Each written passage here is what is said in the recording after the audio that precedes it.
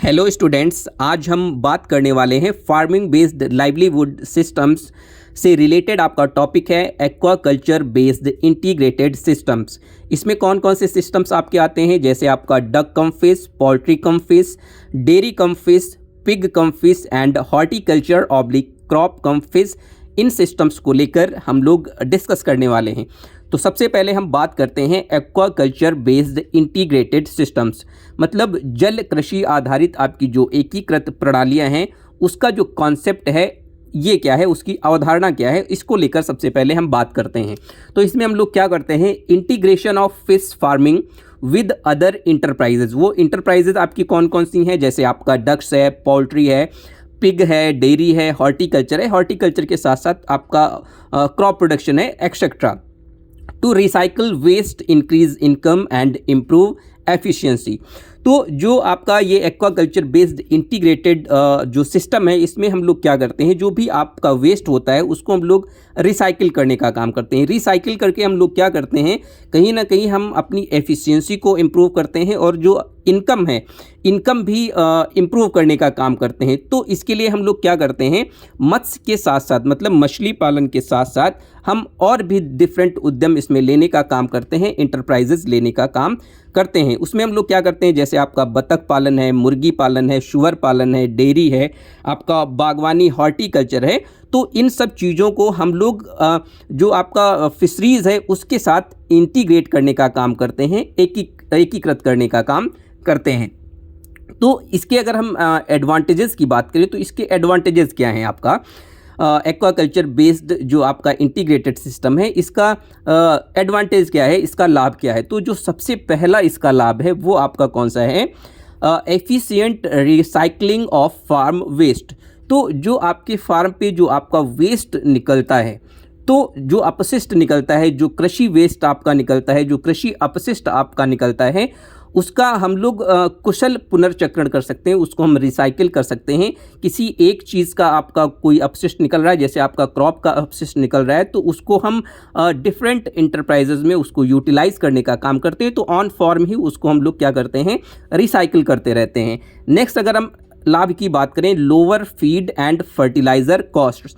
तो चारा और उर्वरक की जो लागत है वो भी आपकी इसमें क्या होती है, कहीं ना कहीं काफ़ी कम हो जाती है। चारा जो आपका फर्टिलाइज़र होता है और जो आपका उर्वरक होता है उसकी जो कॉस्ट होती है वो आपकी क्या होती है, कम होती है, डिक्रीज़ होती है। डाइवर्सिफाइड इनकम सोर्सेज, तो अगर आप डिफरेंट सोर्सेज को, डिफरेंट इंटरप्राइजेस को इंटीग्रेट करने का काम करते हैं एक्वाकल्चर के साथ, तो इससे जो आपके आय के स्रोत हैं, जो आपके इनकम के स्रोत हैं, उसमें कहीं ना कहीं डाइवर्सिफिकेशन आता है।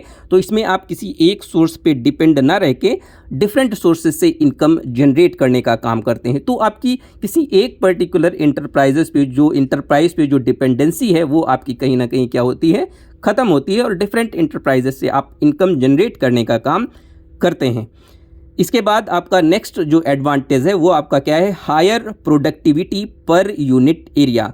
तो ये जो आपका सिस्टम है, इसमें एक्वाकल्चर बेस्ड इंटीग्रेटेड जो सिस्टम है, इसमें आपका क्या होता है, प्रति इकाई क्षेत्र में उच्च उत्पादकता होती है। तो अगर हम बात करें एक यूनिट एरिया में, तो एक यूनिट एरिया में जो प्रोडक्टिविटी की बात आती है, जो उत्पादकता की बात आती है, वो आप ज़्यादा से ज़्यादा कर सकते हैं, ज़्यादा से ज़्यादा इनकम जनरेट कर सकते हैं और उत्पादकता भी आप कहीं ना कहीं ज़्यादा ले सकते हैं।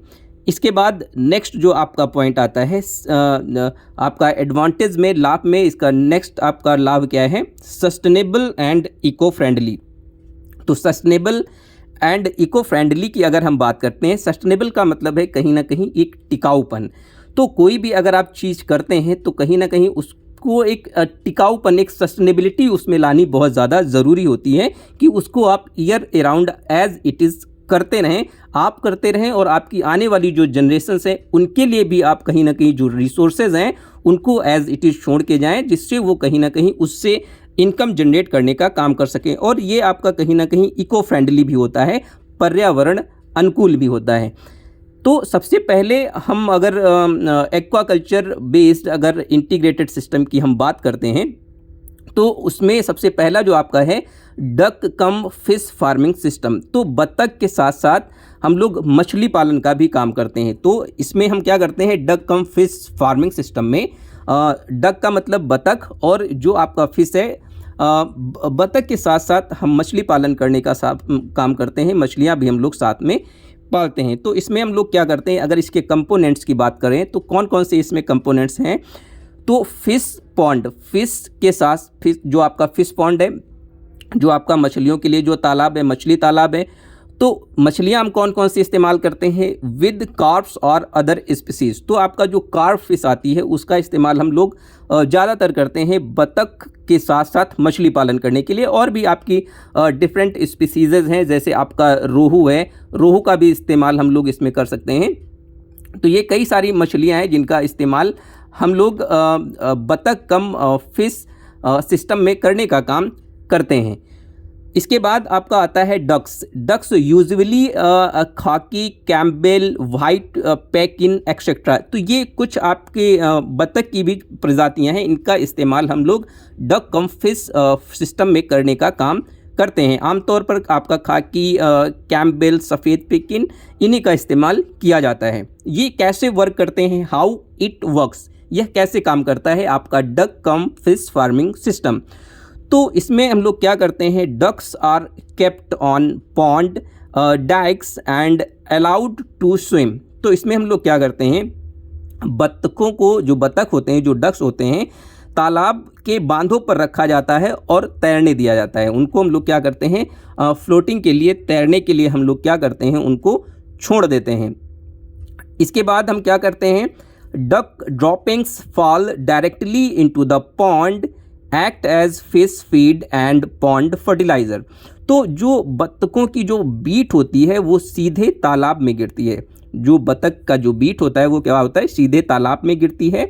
और यह जो होता है मछलियों के चारे और तालाब का जो एक खाद होता है, जो एक मेन्योर होता है, एज अ मेन्योर और मछलियों के चारे के रूप में इसका हम लोग इस्तेमाल करते हैं या कर सकते हैं। डक्स ईट एक्वेटिक वीड्स। तो जो आपकी डक्स होती हैं, जो बतख होती हैं, वो जलीय खरपतवारों को खाने का काम करती हैं। जलीय खरपतवार खाती हैं। जो आपके इंसेक्ट्स होते हैं, कीड़े मकोड़े होते हैं, उनको खाने का काम करती है। जो आपके स्नेल्स होते हैं, घोंघे होते हैं, उनको खाने का काम करती है। क्लीन पॉन्ड सरफेस, और इस तरह से जो आपका तालाब की जो सतह है उसको साफ करने का काम करती है, नीट एंड क्लीन करने का काम करती है। अब इसकी अगर हम बात करें, इसके लाभ क्या हैं, डक कम फिश जो आपका इंटीग्रेटेड सिस्टम है उसका लाभ क्या है, उसके बेनिफिट्स क्या हैं। तो बेनिफिट्स की अगर हम बात करें तो सबसे पहला जो इसका बेनिफिट है वो आपका क्या है, डक ड्रॉपिंग्स। डक क्या ड्रॉप करते हैं, बीट, जिसको ऑर्गेनिक मेन्योर फॉर फिश। तो ये जो डक ड्रॉपिंग्स होता है, जिसको हम लोग बीट बोलते हैं, जो बतख की जो बीट होती है वो ऑर्गेनिक होती है, कहीं ना कहीं एक जैविक खाद होती है, जिसका इस्तेमाल हम लोग मछलियों के लिए करते हैं या तालाब के मेन्योरिंग के लिए करते हैं। ये क्या करता है, reduces cost of fish feed and pond cleaning. तो ये जो आपका ड्रॉपिंग्स होती हैं, ये मछलियों के चारे और तालाब की सफाई की लागत को कम करने का काम करती हैं। ये जो आपका डक ड्रॉपिंग्स है, जिसको हम लोग क्या बोलते हैं, डक बीट भी इसको आप बोल सकते हो या बतख का बीट भी बोल सकते हो। तो ये क्या करता है, मछलियों के चारे और तालाब की सफाई की जो लागत होती है उसको कम करने का काम करते हैं, क्योंकि इससे जो इसकी अवेलेबिलिटी है बहुत अच्छी हो जाती है।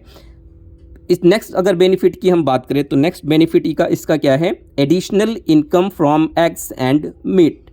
तो जो अंडों और मांस, जो अंडे और मांस, जैसे आपका बतख होता है वो अंडे भी देने का काम करता है, उससे हम लोग मांस भी प्राप्त कर सकते हैं। तो जो अंडे और मांस हैं उससे हम अतिरिक्त आय जनरेट करने का काम करते हैं।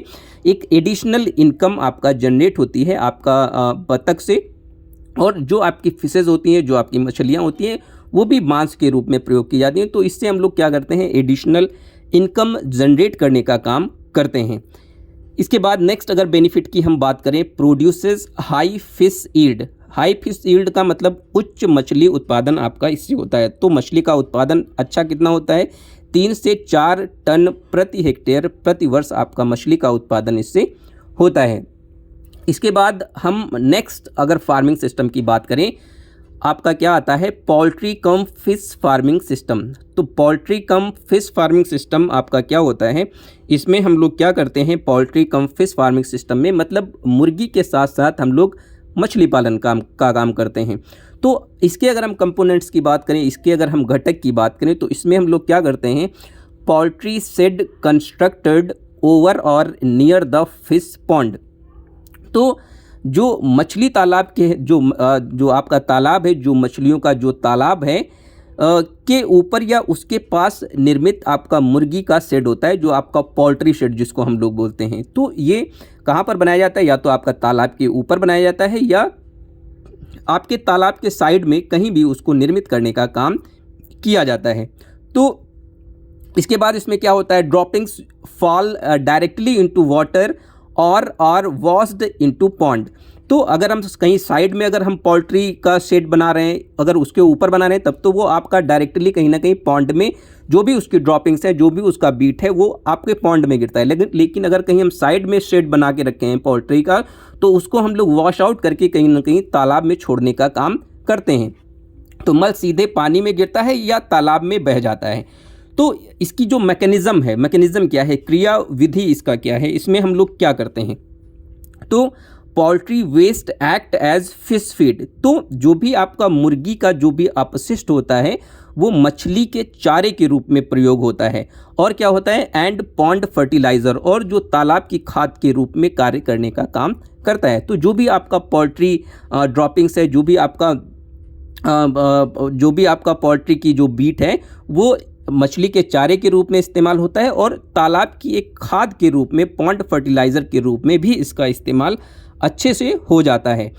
तो अगर हम बात करें तो वन हैन प्रोड्यूसेस, तो एक जो आपकी मुर्गी होती है, one hen produces 25 kg of manure per year, enough for 3 to 4 metre square pond area.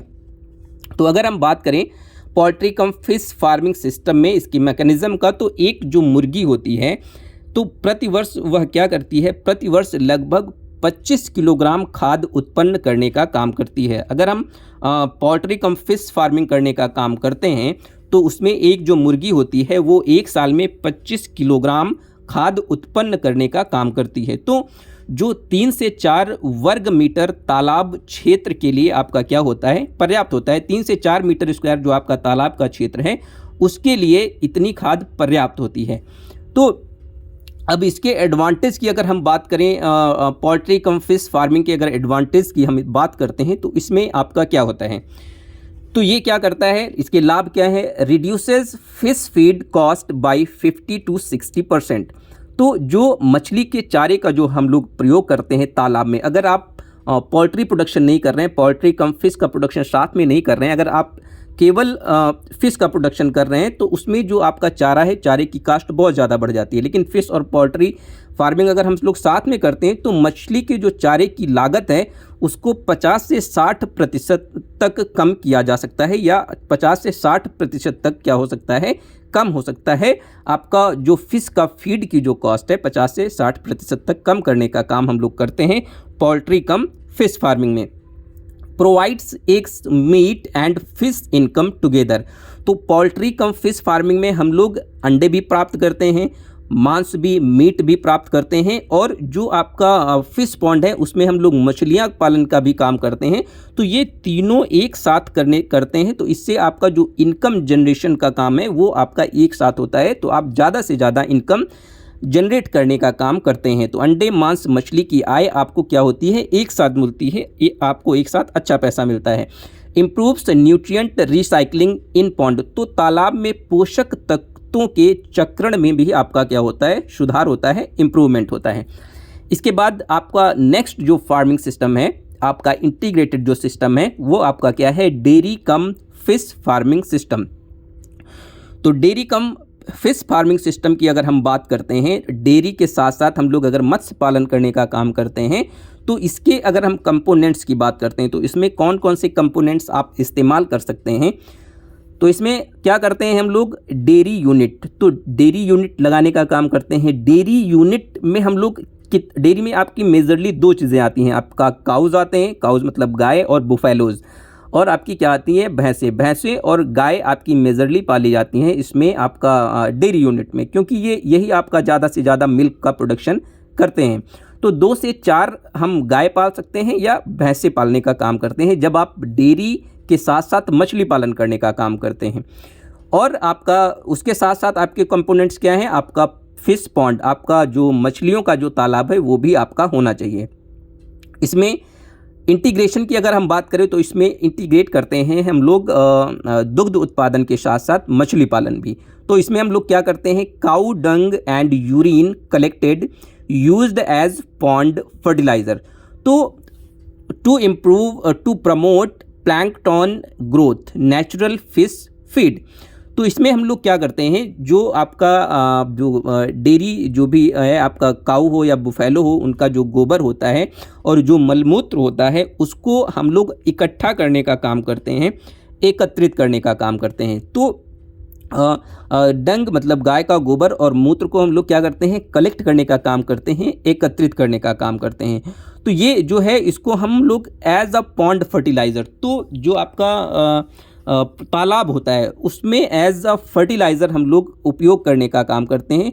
तो तालाब में खाद के रूप में इसको उपयोग करने का काम करते हैं। इससे आपका क्या होता है, जो प्लवक होते हैं, जो आपके प्लैंकटन्स होते हैं, प्राकृतिक मछली भोजन ये होता है, ये मछलियों के लिए इसको अगर हम बोलें तो कहीं ना कहीं natural feed, natural fish food, जो इसका मछलियों का जो भोजन है ये नेचुरल भोजन होता है आपका, जो आपका प्लैंकटन होते हैं जिसको हम लोग प्लवक बोलते हैं, की वृद्धि को बढ़ाने का काम करता है। तो आपका जो काऊ डंक और जो यूरिन है ये क्या करता है, ये जो आपके प्लैंकटन्स होते हैं उनकी नेचुरल ग्रोथ बढ़ाने का काम करता है, और ये जो आपके प्लैंकटन्स होते हैं ये एज अ फूड या एज अ फीड हमारी मछलियाँ इसका प्रयोग करने का काम करती हैं।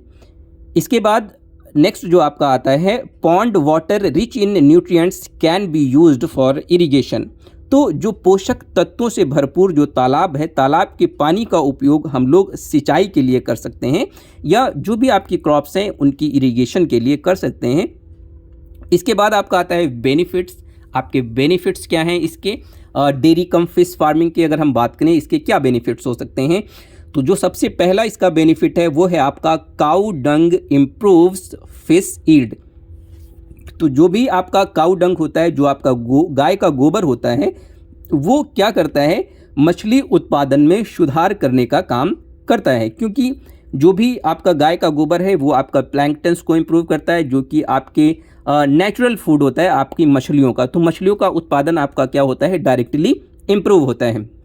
इसके बाद नेक्स्ट आपका जो बेनिफिट आता है, नेक्स्ट बेनिफिट आपका क्या है, dual income from milk and fish. तो हम लोग डेयरी और मछलियों का पालन जब साथ साथ करते हैं तो डेयरी से हमको मिल्क का ईल्ड प्राप्त होता है, और जो आपकी पॉन्ड है उससे हम लोग मछलियाँ प्राप्त करते हैं, तो आपकी कहीं ना कहीं इनकम इंक्रीज होती है। एफिशिएंट वेस्ट रिसाइकलिंग, आपका जो अपशिष्ट होता है, जो भी आपका यूरिन निकला या जो भी आपका काऊ डंक निकला, तो उसका हम लोग एफिशिएंटली कुशल अपशिष्ट मतलब रिसाइकलिंग भी करने का काम इसमें हम लोग करते हैं।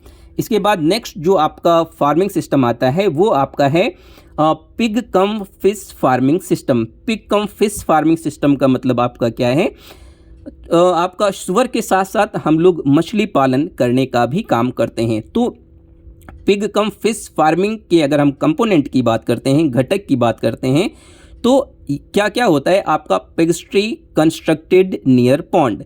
तो तालाब के पास निर्मित आपकी एक सुअरशाला होती है जिसमें हम लोग पिग्स को रखने का काम करते हैं, सुअरों को रखने का काम करते हैं।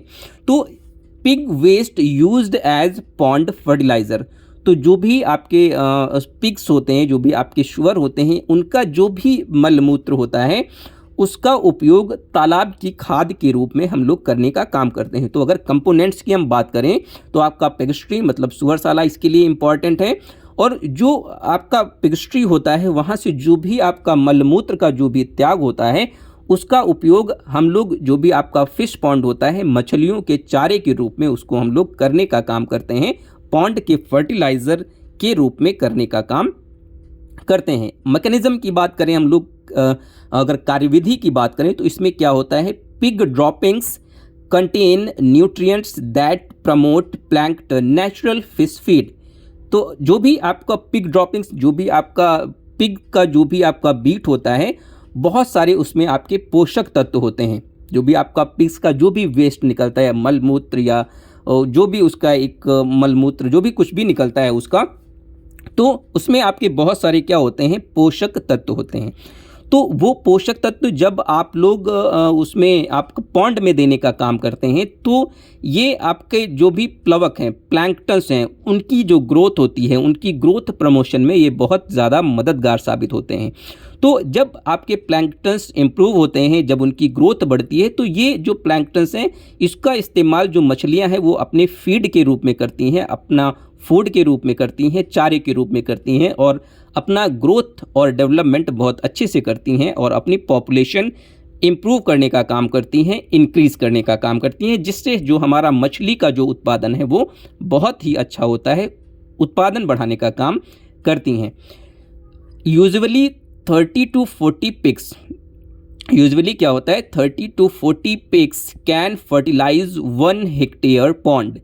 अगर हम बात करें आमतौर पर, अगर यूजुअली हम बात करें आमतौर पर, जो 30 से 40 आपके सुअर होते हैं, जो 30 से 40 आपके पिग्स होते हैं, वो क्या करते हैं, 1 हेक्टेयर तालाब को खाद देने का काम करते हैं या फर्टिलाइज करने का काम करते हैं। 30 से 40 सुअर और आपका एरिया कितना, 1 हेक्टेयर पॉन्ड।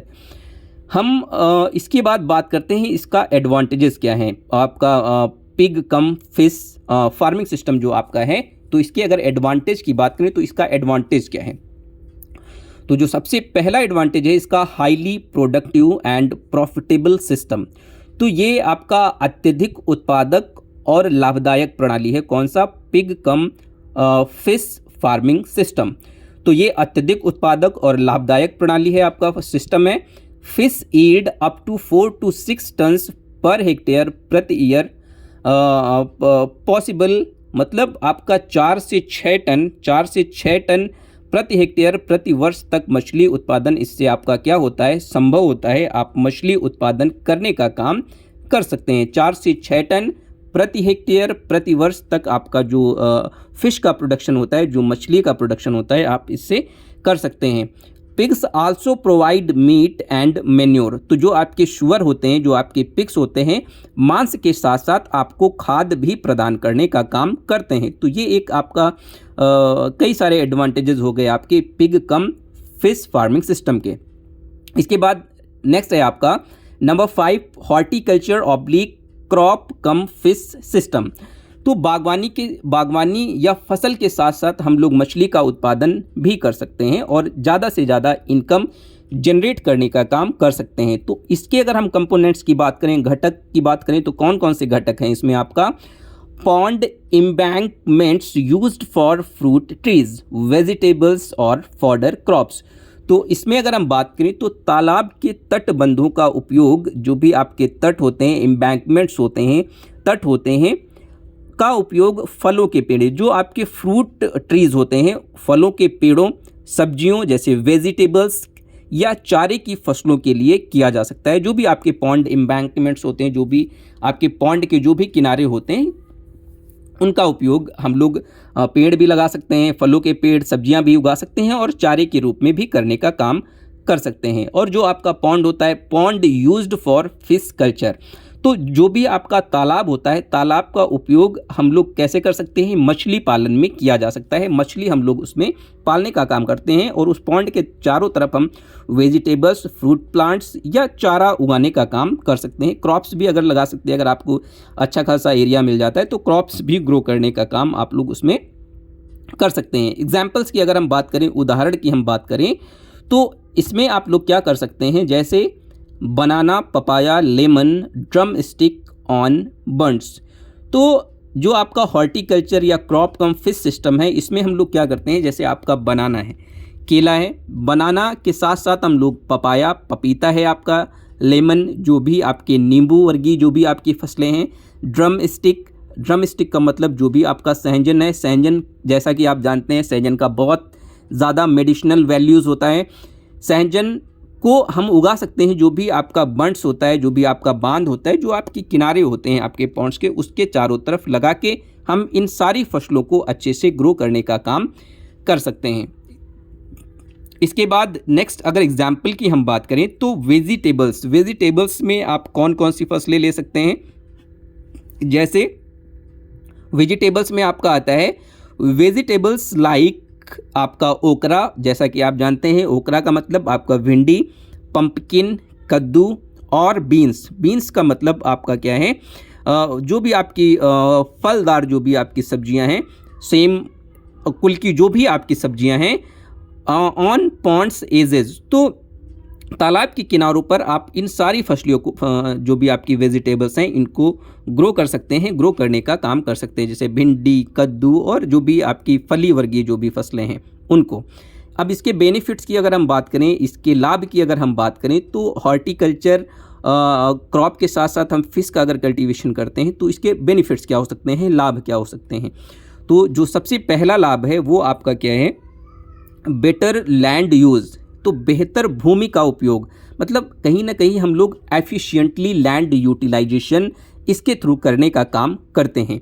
तो बेहतर भूमि का जो उपयोग हम कर सकते हैं वो कैसे कर सकते हैं, जैसे जल जो भी आपका वाटर है, वाटर में हम लोग मछलियाँ पालते हैं, मछलियों से हम इनकम गेन करने का काम करते हैं, और जो भी आपका बंड्स होता है, जो भी आपके किनारे होते हैं, वहाँ पर हम फ्रूट प्लांट्स या वेजिटेबल्स लगाने का काम कर सकते हैं। इसके बाद आपका आता है next, income from both horticulture and fish, तो जो आपका बागवानी है, बागवानी और मछली पालन दोनों एक साथ करके हम लोग दोनों से इनकम जनरेट करने का काम करते हैं, इनकम प्राप्त करने का काम करते हैं।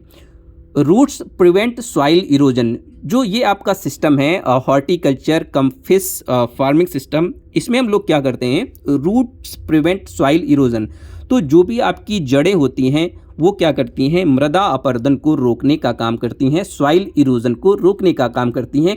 इससे हम कहीं ना कहीं सॉइल का कंजर्वेशन भी कर सकते हैं और इकोलॉजिकली हम लोग क्रॉप्स ग्रो करने का काम कर सकते हैं।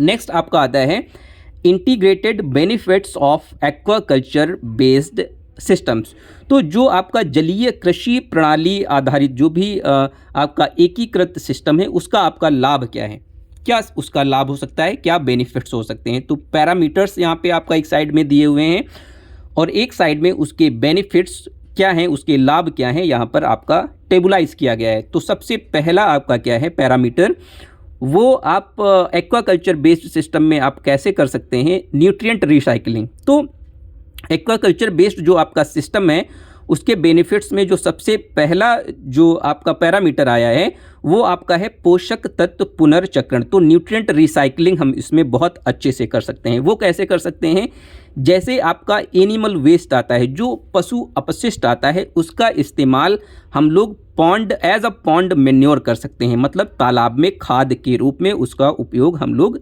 कर सकते हैं।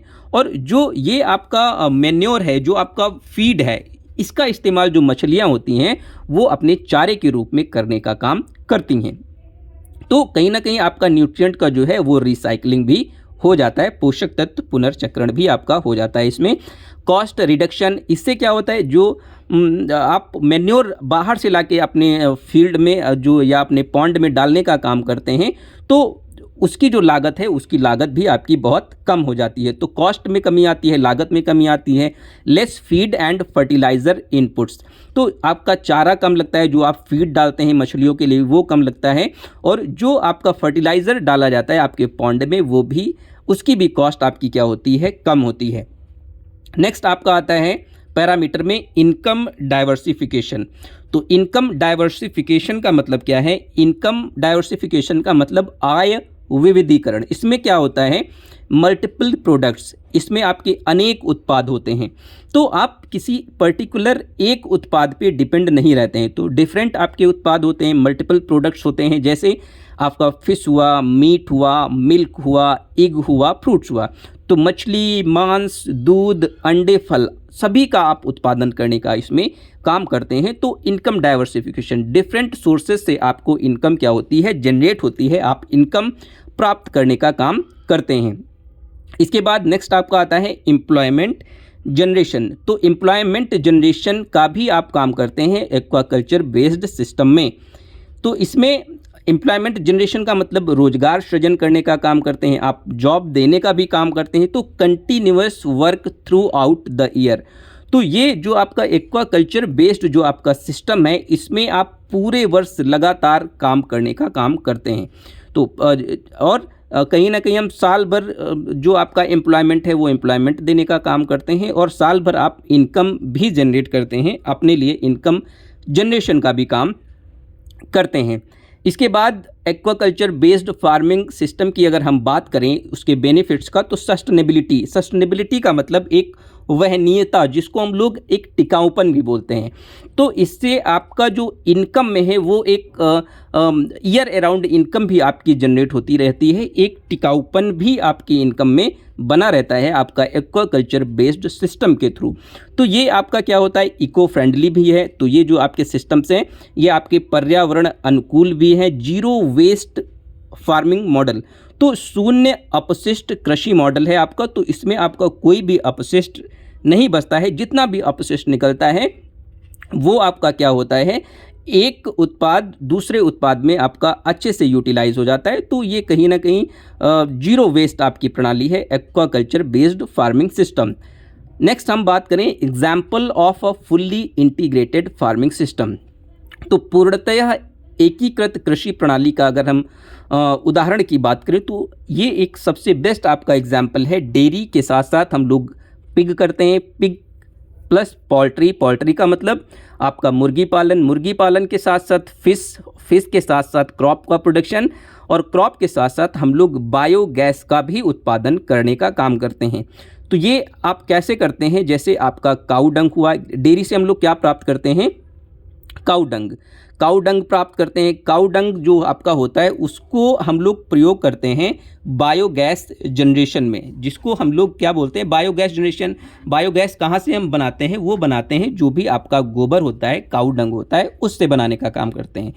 तो ये जो बायोगैस होता है, बायोगैस को हम एज अ फ्यूल इस्तेमाल कर सकते हैं, एज अ एनर्जी या ऊर्जा के रूप में इसका इस्तेमाल करने का हम लोग काम करते हैं।